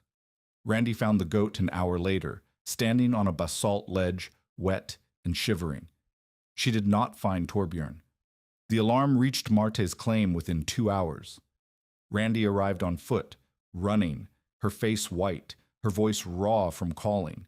She said the boy's name and the direction and the time, and Marte did not ask questions. She grabbed the miner's lamp Barbro had given her, a coil of the knotted guide rope, and the chalk. She did not go to Barbro. Barbro was ill. The pneumonia had come on 3 days earlier, a wet cough that deepened into a sound like tearing cloth. Barbro had dismissed it the way she dismissed everything that was not immediately lethal. She had continued working on the cave markers, climbing over basalt in the rain, refusing to rest because rest was a luxury she had trained herself to reject. The rain and the cold and the years caught up with her in a single morning when she could not stand without leaning on the wall. Marte had visited. Barbro had told her to leave and finish the Eastern Cairn line. Marte had left because Barbro's voice still carried the authority of a woman who had survived 11 years of mine camps, and arguing with Barbro when she was sick was no more productive than arguing with her when she was well. Now Torbjörn was missing, and Barbro was in her cabin coughing blood, and Marte was the only person in the settlement who understood how the lava tubes worked when water was moving through them. She went to the lava rim alone. Pater followed, carrying rope and a shovel. Pritchard came behind with 2 stage hands. Randy walked ahead of all of them, calling Torbjörn's name into the rock. Marte stopped at the rim and listened, not to Randy's voice, to the water. The meltwater ran through the basalt in channels she could hear but not see, a rushing, gurgling sound that came from below the surface, from the tubes and cracks that honeycombed the lava field. The sound was not uniform. It was louder in some places, quieter in others. Where it was quiet, the water was deep. Where it was loud, the water was moving near the surface, over rocks and through narrow passages. She followed the sound. Barbro had taught her this, not about water specifically, but about underground navigation by ear. Sound travels through rock differently than through air. It bends around corners. It amplifies in chambers. It tells you the shape of what you cannot see. Marte found the skylight. Not the one Aslak had fallen through, a different one, smaller, partially hidden by a collapse of basalt blocks. Water poured over its edge in a thin curtain. Below, she could hear splashing, and below the splashing, breathing. Torbjörn was 10 feet down, standing on a ledge above cold meltwater that had filled the lower passage to knee depth. He was soaked, shaking, and silent, not crying, not calling, just standing very still with his arms wrapped around himself and his face turned up toward the circle of gray sky above him. The ledge was narrow, the water was rising. The boy was 4 years old and could not climb. Marte lowered the rope. Torbjörn did not understand what to do with it. She called down instructions. Put the loop over your head, under your arms, hold the rope with both hands, but his fingers were too cold and his understanding too small. He held the rope and let it slip. He held it again and could not grip. Peter arrived at the skylight edge. He looked down and said, "I will go." "No," Marte said. "You are too heavy. The ledge will not hold." She tied the rope around her own waist. Peter braced and held the line. Marte lowered herself through the skylight feet first, her boots finding the wet basalt wall, her hands on the rope, her weight controlled by Peter's grip above. She reached the ledge. Torbjörn grabbed her leg with both arms and held on with the strength of a child who had stopped thinking and started holding. She pried his hands free gently, looped the rope under his arms, and tied the knot Barbro had taught her. 2 wraps, a cross, a tuck. the knot miners used to haul injured men from shafts. "Pull him up," she said. Peter pulled. Torbjorn rose through the skylight like a bundle of wet cloth, and Pritchard caught him at the top and handed him to Randy, who dropped to her knees in the mud and pressed the boy against her chest and made no sound at all. Marte climbed out on the rope. Her clothes were soaked. Her hands were numb. The meltwater was still rising in the passage below. Pritchard looked at her. He did not say anything about bravery or about being wrong. He said, "You gave the orders." Marte said, "Someone had to."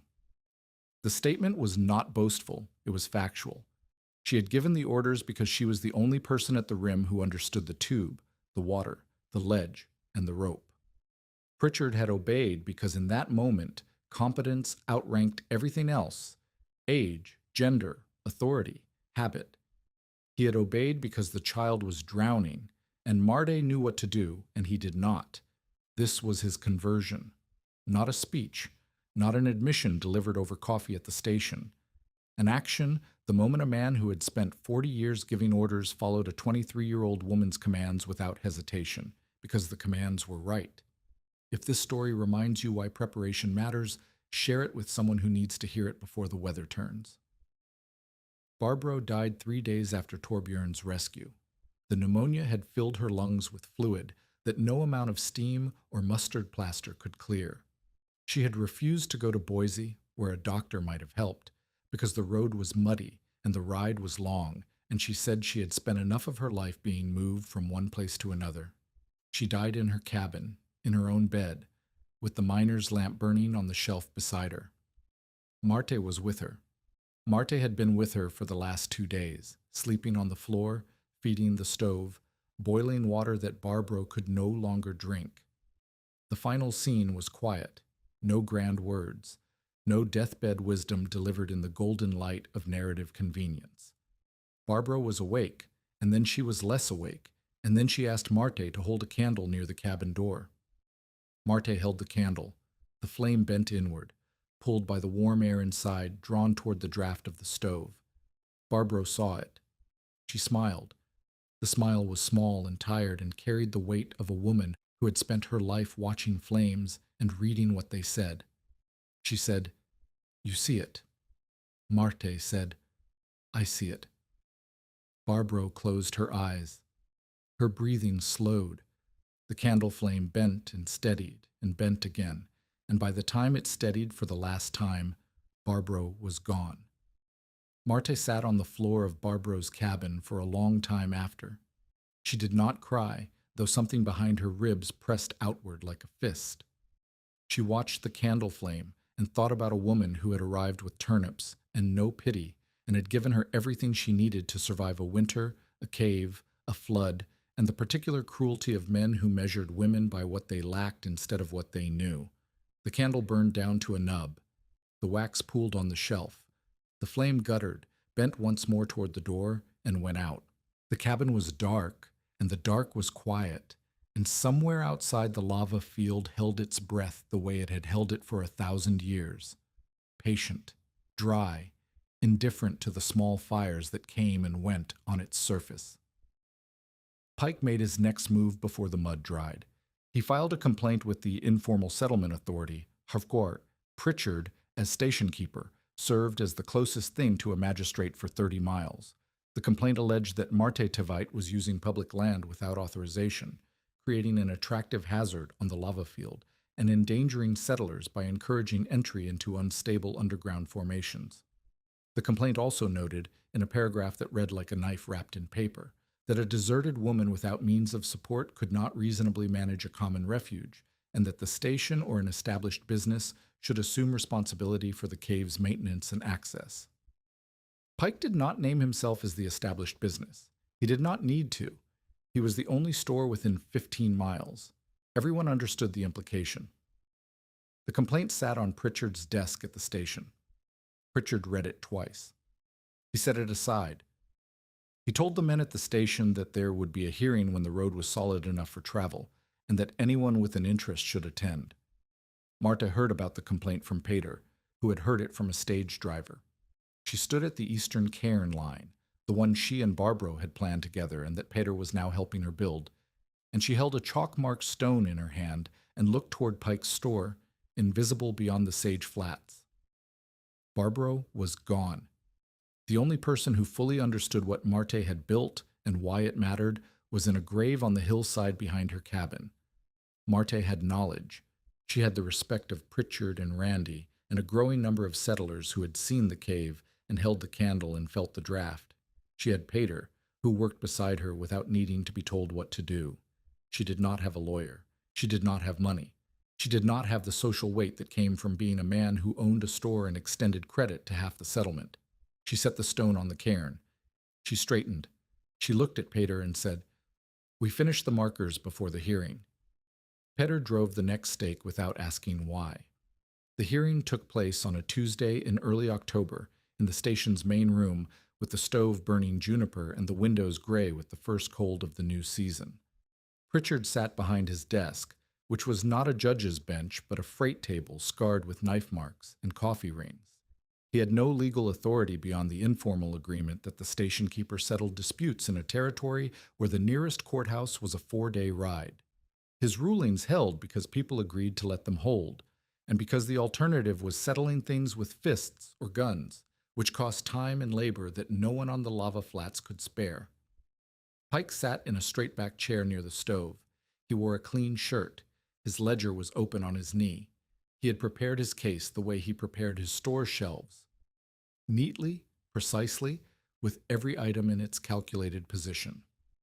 Marte sat across the room on a bench beside Randy. She wore the same coat she had worn through the winter, patched at the shoulder where the cave rock had cut her. She had no papers. She had no ledger. She had Peter Moen standing by the door with a notebook that contained a list of every family that had contributed supplies to the cave cache, every item stored, and every date of contribution. 14 names were in that notebook.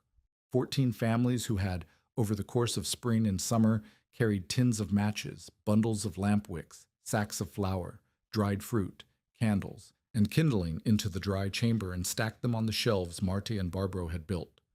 No family had been charged. No family had been turned away. The cache was common property, maintained by labor, governed by rules Marte had established. Test the flame before entering, mark your path, do not enter the lower branch, do not seal any opening. Pike spoke first. He read from his complaint. The language about public land, attractive hazard, unstable formations.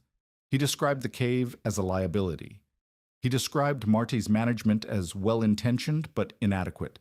He proposed that the station assume formal oversight of the cave system, with the store providing supply management at a modest fee to cover costs. He did not say what the fee would be.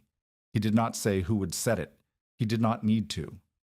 Everyone in the room understood that Pike's version of management meant Pike's version of control, and Pike's version of control meant that access to the storm shelter would pass through his ledger.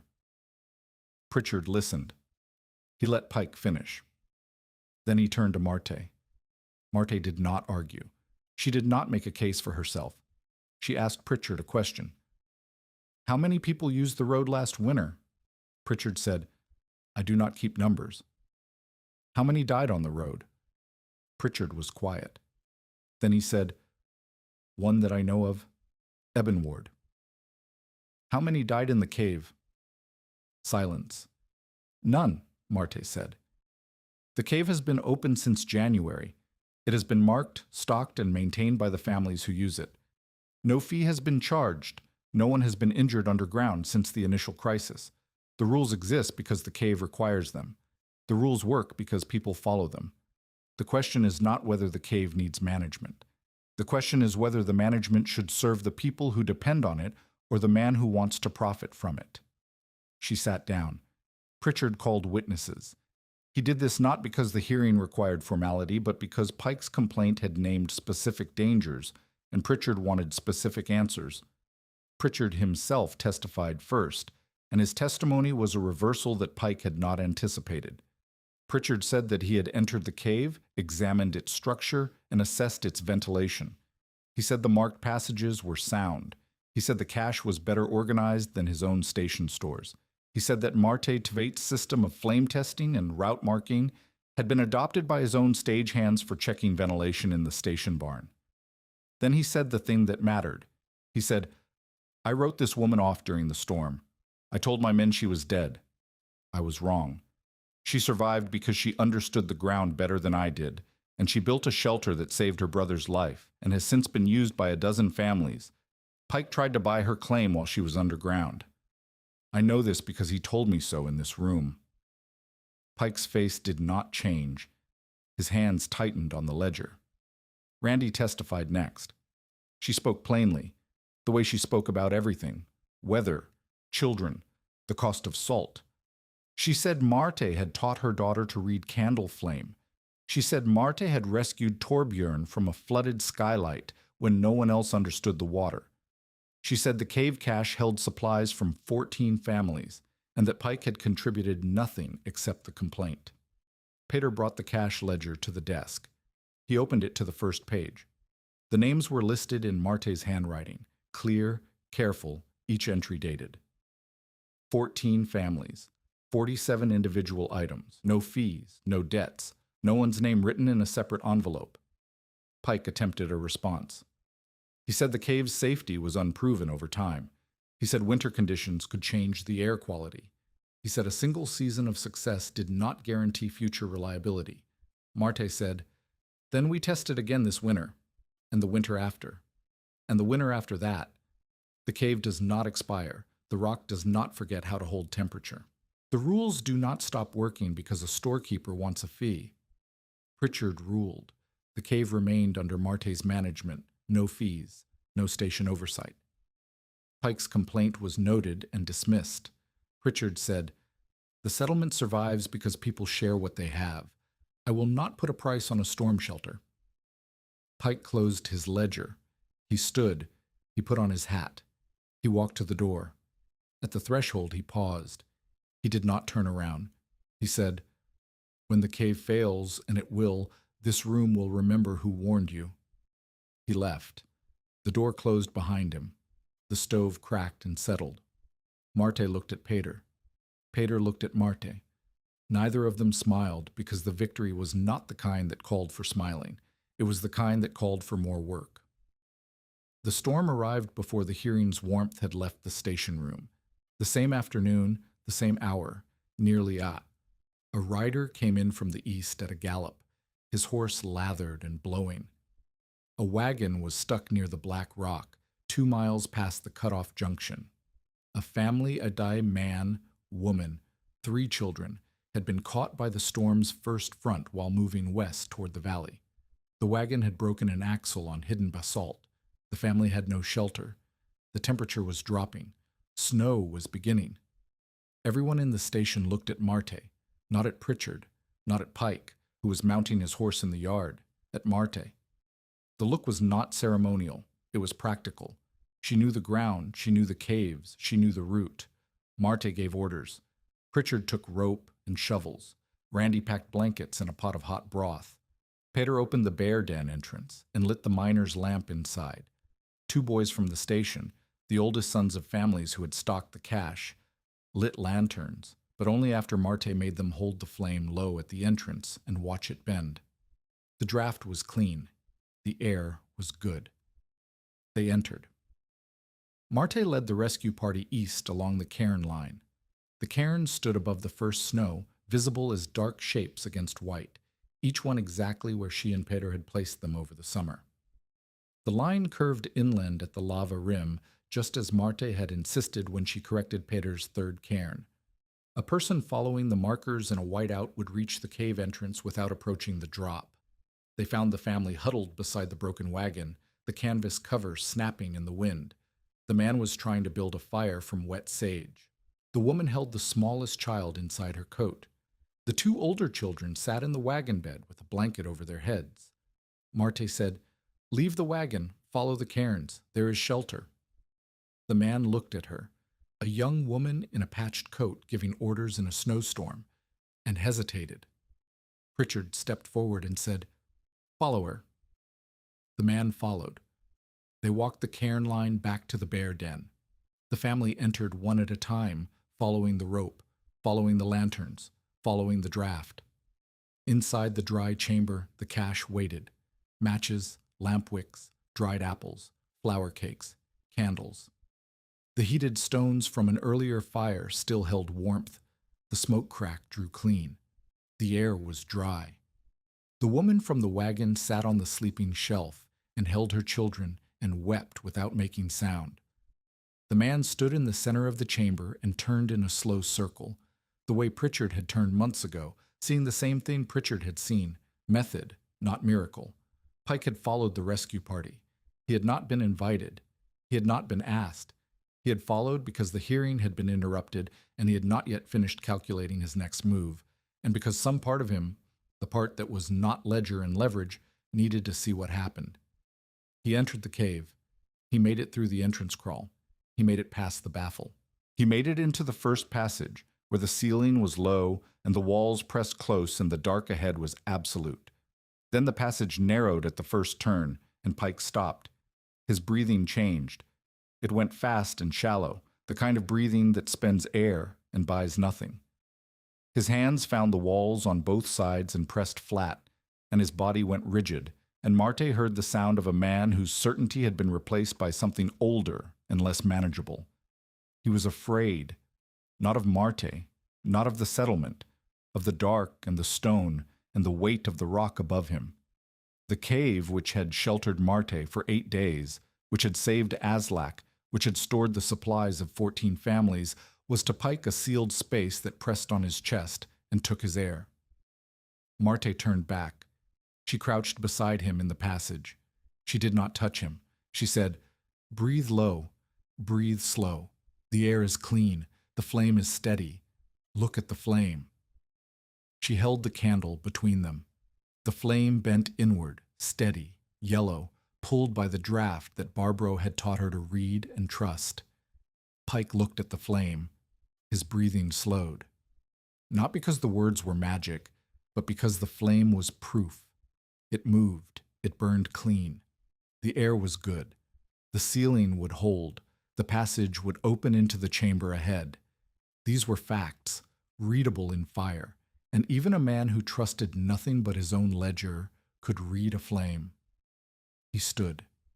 He followed Marte into the dry chamber. He sat against the wall while the wagon family ate dried apples, and the children slept on the heated stones. Pike looked at the chamber. He looked at the cache shelves. He looked at the chalk marks and the knotted rope and the blackened stones that marked the passages Marte had declared unsafe. He looked at the ceiling, which was smooth and curved, and had held for longer than any building in the territory. He said, "I would have died in here." Marte said, "Yes, that is why rules matter." The statement was not punishment. It was not gloating. It was the answer to his complaint, delivered in the place the complaint had tried to control. Rules mattered because the cave could kill. Rules mattered because the dark did not negotiate.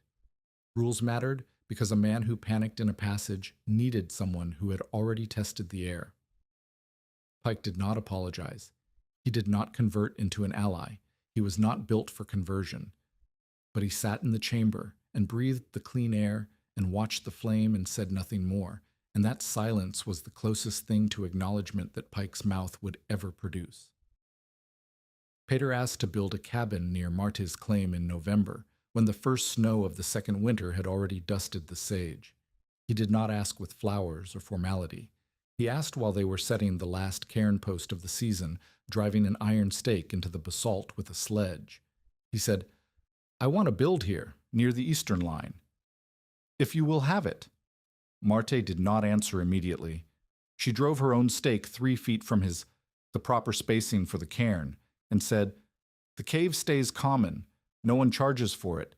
No one controls who enters." "I know. The claim stays in my name. It does not become yours because you build on it." "I know. Aslak stays in school when a teacher comes through. He does not become your farmhand." Peter set down the sledge. He looked at her with an expression that was not hurt and not amused, but something in between, the look of a man who had expected conditions and received them and found them reasonable. "I am not building a cabin to take anything from you," he said. "I am building it because the cairn line works better with 2 people, and because winter is coming, and because I would rather spend it near someone who knows what the ground is doing than alone in a station bunk wondering. Marte looked at the stake he had driven. It was straight, deep, and exactly where she would have put it. Build, she said. The cabin went up in 3 weeks. It was small, 14 by 16 feet, properly roofed with split juniper and sod, chinked with mud and sage fiber.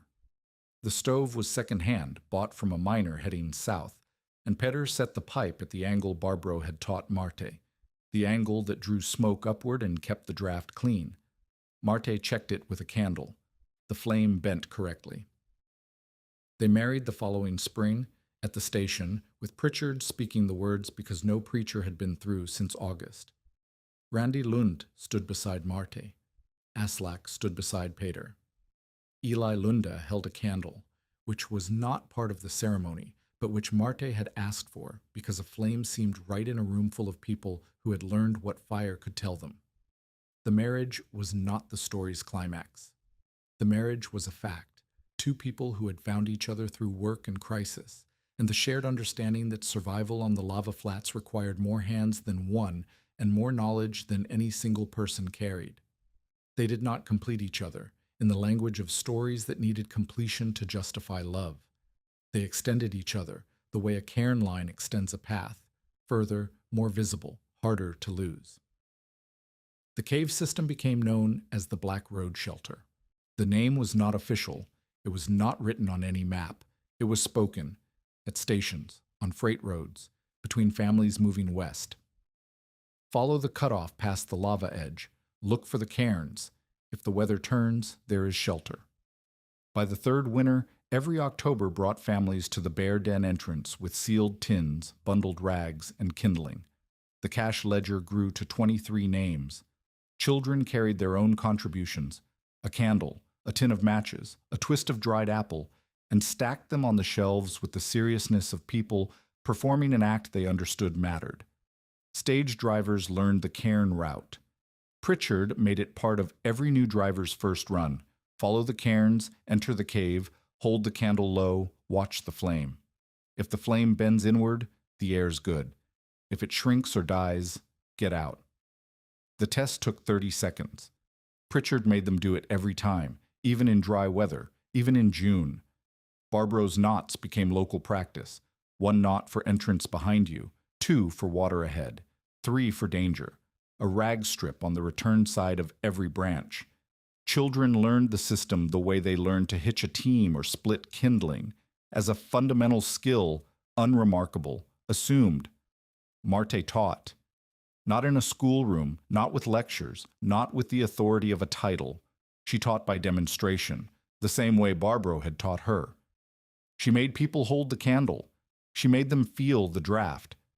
She walked them through the passage and let them discover the difference between the freezing entrance and the stable deep chamber. She showed them the bad air pocket and let them watch the flame shrink, and then she showed them the escape route and made them walk it twice. Eli Lunda, Randy's daughter, became her best student. The girl had steady hands and a memory for measurements. By the age of 16, Eli could navigate the cave alone, test every branch, and explain the difference between convective heat loss and conductive heat loss in plain language that a child could follow. Marte watched her and saw something she recognized, not herself, but Barbro. The way knowledge passed from hand to hand, not through books, but through the patient repetition of showing and doing, until the knowledge lived in the body and could not be lost. The years compressed. They do that. The first winter was a century. The second was a year. The third was a season. After that, time moved the way time moves for people who have found their work and do it. Quickly, quietly, marked by small changes that accumulate until one day the landscape looks different and you cannot point to the moment it changed. Aslak survived. His fevers came less often as he grew, and by 15 he was strong enough to walk the lava field alone. He became a survey assistant for a territorial mapping crew that passed through in '83, and he mapped sections of the lava tube system with more precision than Marte and Barbro had managed with chalk and knotted twine. His maps were careful, detailed, and annotated with temperature readings taken at different depths. He inherited his sister's attention to measurement and Barbro's insistence that the world could be read if you knew where to hold the flame. Randy and Marte became friends, though neither of them would have used the word. Their friendship was built from labor, shared firewood, shared childcare, shared trips to the cave to check the cache before each winter. Randy never spoke of the morning she turned back at the first drift instead of pushing through to Marte's claim. She did not need to. The drift was part of the story, and the story included what came after, and what came after was 20 years of carrying tins and candles into a cave and stacking them on shelves built by a woman Randy had once called brave in the tone that meant foolish. Pritchard retired from the station but did not leave the settlement. He became the man who repeated the story to every new driver, every new family, every new freighter who passed through and asked about the cairns on the lava edge. His version was always the same, and it always ended the same way. Do not trust the road more than the ground. Pike remained. He sold salt and nails and lamp oil and credit. People bought from him because there was no other store, not because they trusted him. His ledger stayed full. His influence did not. When weather turned and families looked for direction, they looked past his store toward Marte's cairns. Pike had wanted to own the shelter.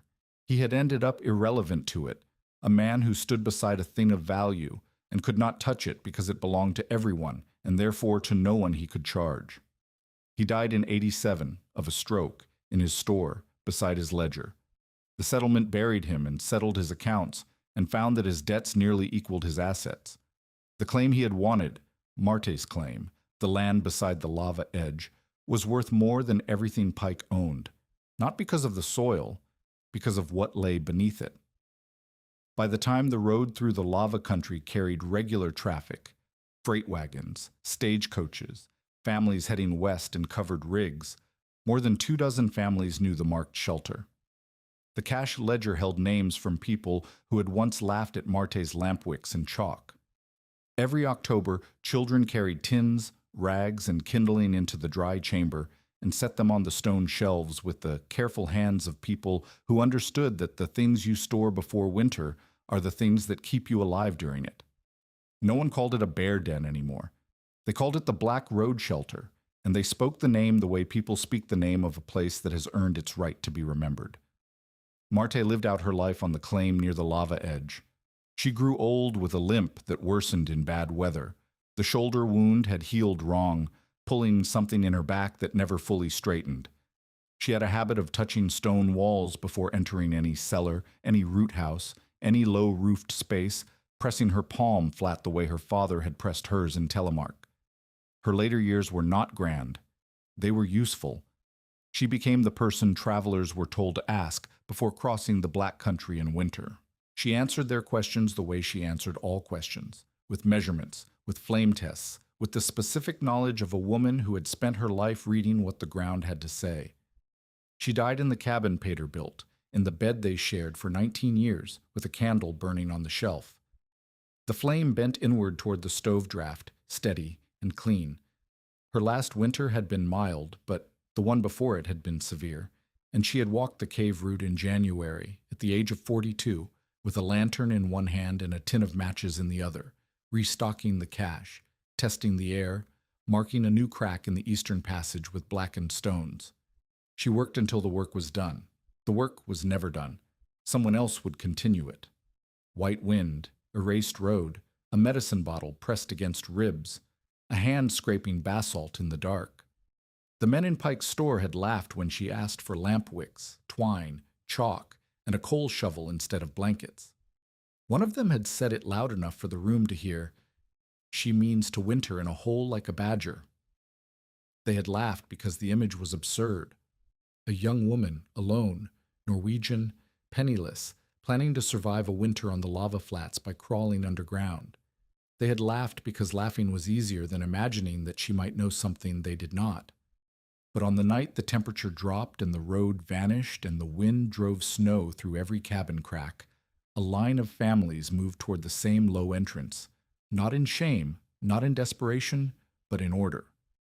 Each one carrying a candle, each one pausing at the mouth, each one watching the flame bend inward before stepping deeper into the dark. The storm had erased the road, but Marte Tveit had found the place where the earth remembered warmth,